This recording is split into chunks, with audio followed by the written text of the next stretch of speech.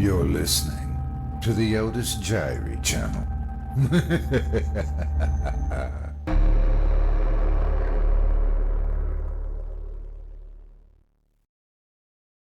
Something went terribly wrong with my wife's pregnancy.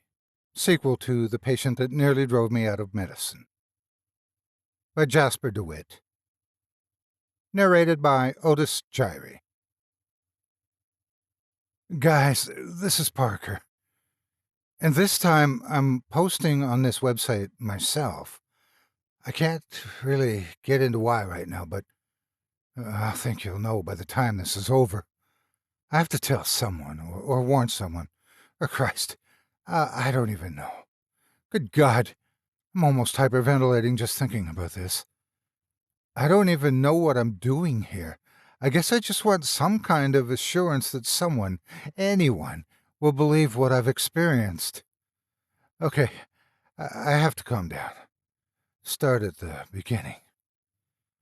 So, I don't exactly know how to find my first story on this site. The interface is more than a little odd. So, I don't know if my wife or... No, don't think of that now. I don't know if she mentioned this in any of my posts, but she was pregnant. If you know that already, I'm sorry, but I have to make sure. And I was happy. Jesus, I was so happy. I kept thinking what a perfect family we were going to be. It never occurred to me that...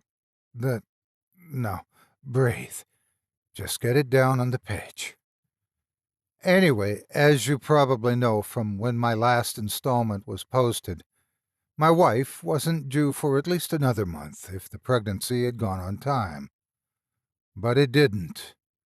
2 nights ago, she unexpectedly went into labor prematurely, and I had to rush her to the hospital.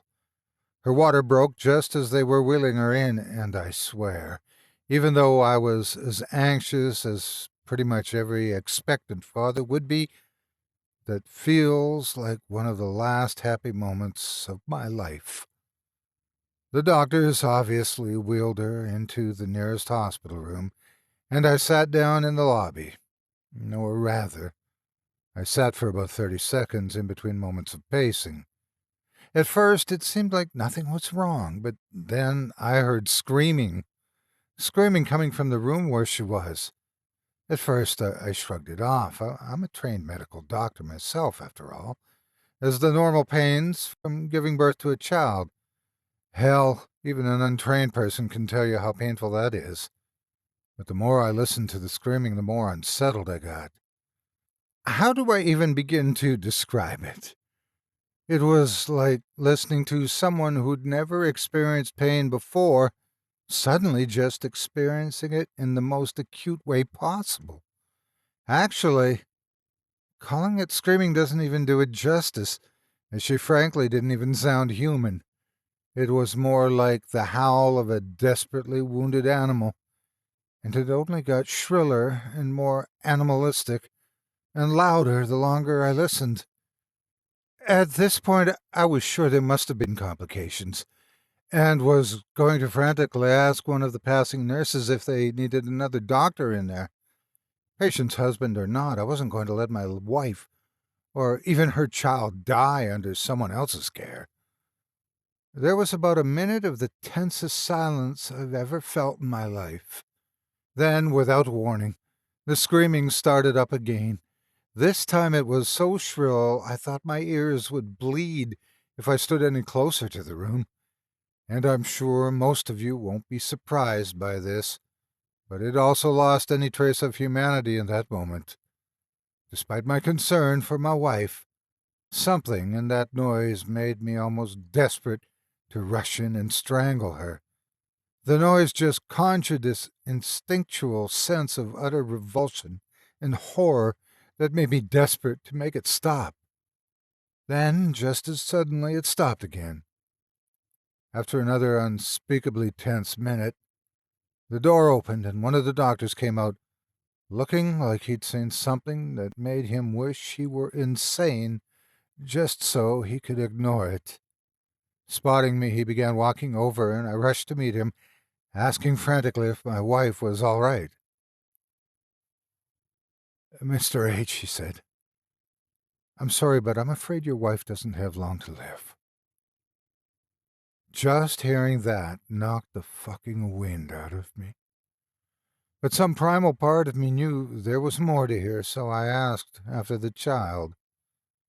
The doctor's face curdled, with a look like death for a bare moment, and I feared the worst, but when he spoke, his words didn't seem to match with his demeanor. Your daughter's going to be fine, he said. She's sleeping. The way he laid emphasis on the word daughter, I expected him to continue, but he didn't. So I decided to press him. You're not telling me something, I said sharply. What? His eyes met mine, and what I saw there wasn't sorrow or grief of any kind. It was raw, existential terror. He opened his mouth soundlessly several times, before finally seeming to find the words. Mr. H, he said, I'm not sure how to say this without sounding crazy. What? I thought incredulously. What the fuck could go so wrong with the pregnancy to make him say that? God, I wish I'd left it there, but I didn't. What the hell does that mean? I roared. Just fucking tell me.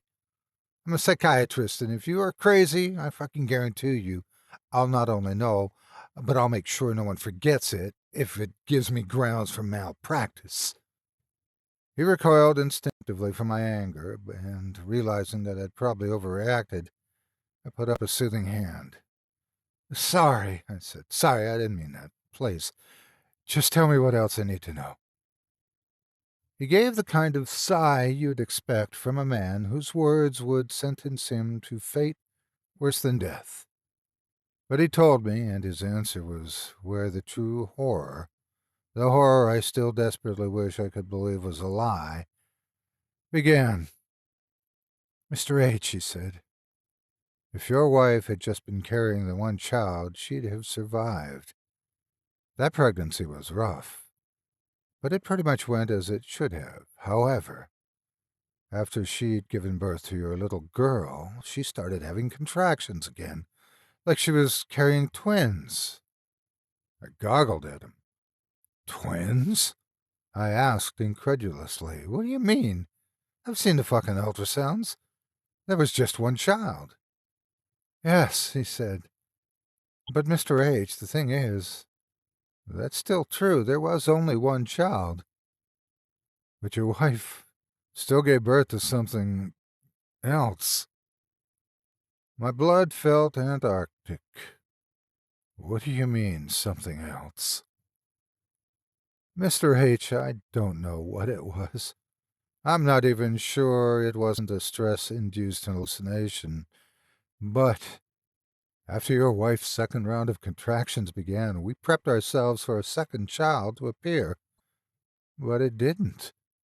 Instead, smoke started to come out of her body like her internal organs were roasting. And then, Mr. H, none of us can really agree on what we saw, but something came out of her. The smoke was too thick to see it too clearly, but I thought it looked like some sort of giant spider. But then one of the nurses collapsed against the wall and started screaming that there were snakes coming out of her. Another orderly freaked out and started shrieking at us to get the bugs off him. It was unthinkable, like something out of a nightmare. And then the smoke evaporated, and whatever it was, well, it was gone. Instead, there was this small black rabbit between her legs. I don't know what the fuck to do with it. It seems harmless, so we've put it in a cage with your daughter. But anyway, once the second birth, or whatever it was over, all her vitals started failing. I cannot begin to describe the thrills of terror and disgust that I felt hearing this.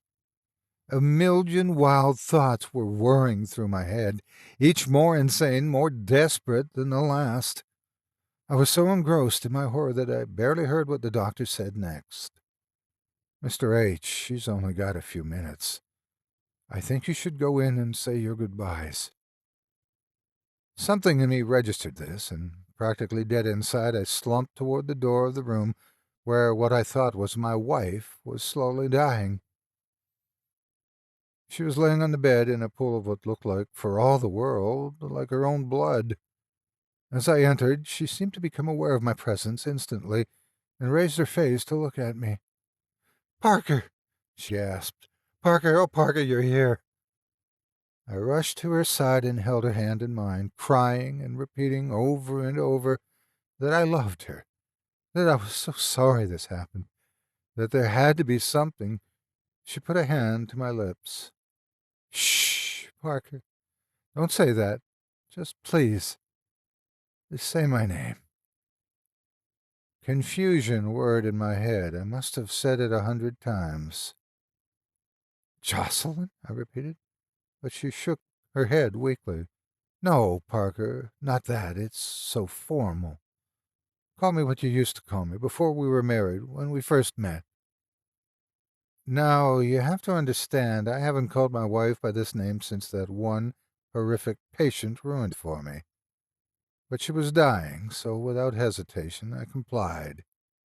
"Joe," I wept. "Oh, Joe, I love you.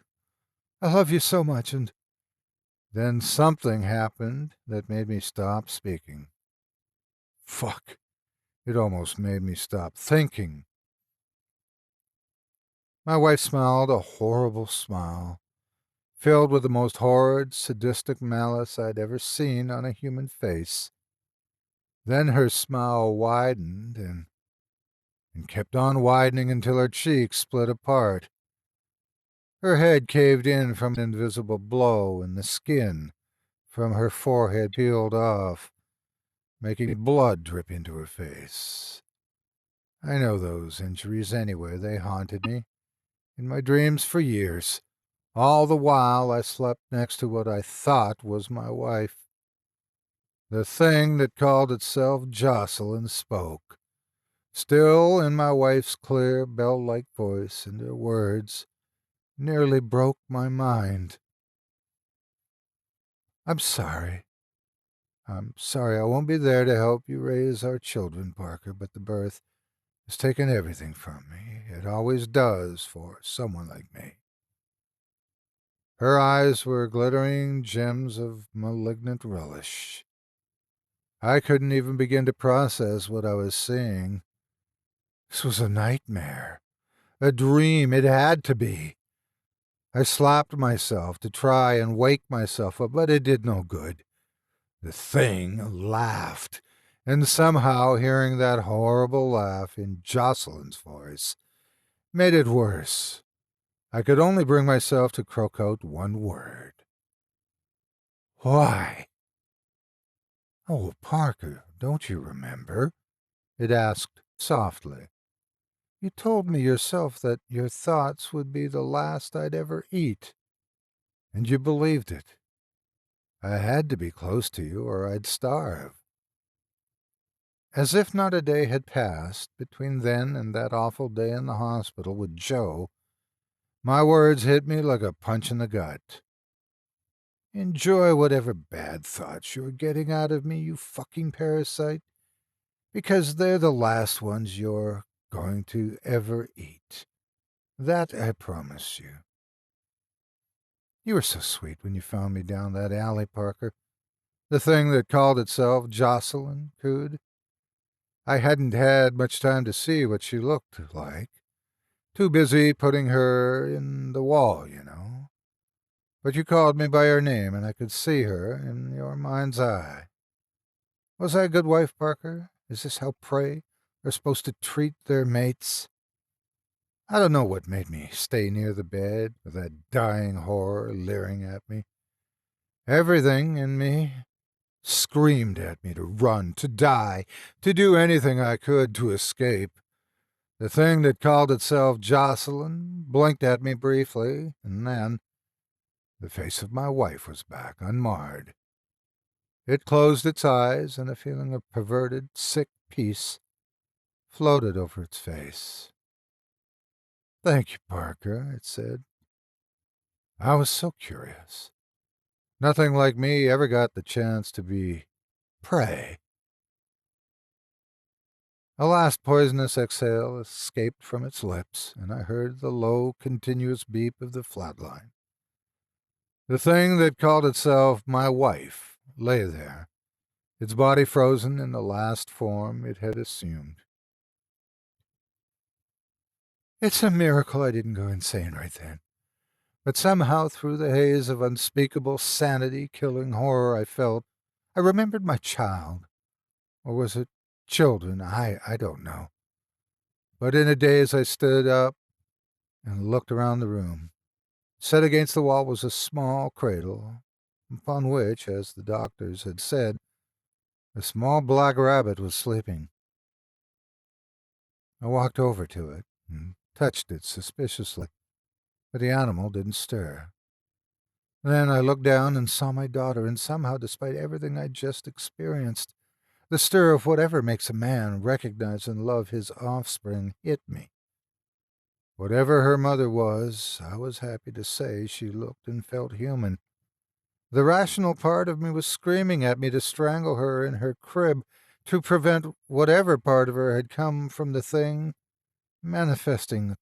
But instead I reached in and picked her up, rocking her in my arms. Then, looking down at the rabbit, I gave it an affectionate pat on my own. "Fluffy little bunny rabbit," I murmured, my horror only making me able to laugh brokenly at what must have been the thing's final joke. "I think I'll call you Cuddles." Cuddles nuzzled up to my finger and nipped it affectionately in its sleep. I grinned somehow and looked back down at my daughter. "And you," I said, "you can be—" A sudden inspiration hit me. A child of something inhuman now living amongst us? Despite the deadness in my soul, a smile crossed my face. "You can be Ariel," I said. A flood of convicted emotions were swirling in my head, with terrible fear rapidly consuming most of what I felt. As my fear grew to a fever pitch, Ariel stirred and reached for me in her sleep, her hand touching my face. She tried to reach further, and, not knowing what I was doing, I lifted her to my face. Her hand grabbed onto a lock of my hair with surprising firmness. I took this as a sign of affection at first and laughed, but then her mouth opened and began to make a soft, squishy sucking motions, as if she were lapping at an invisible breast. My mind, no longer capable of withstanding the implications of what I was seeing, broke, and I knew no more. They found me passed out on the floor, Ariel still cradled in my arms, her hand clasped to my head as she pantomime-sucked. Some part of me knows, though I know not how, that her mother's influence had shown itself. To her, my misery, fear, and all my bad thoughts were the closest thing to a breast she could accept. I know I should kill her, and Cuddles, if he is indeed something like her, but some part of me can't help feeling a father's love. So here I sit, writing this as my daughter and her pet rabbit sleep in the other room, my mind preoccupied overwhelmingly with two simple questions. What the fuck have I spawned? And what will it, or they, grow up to be?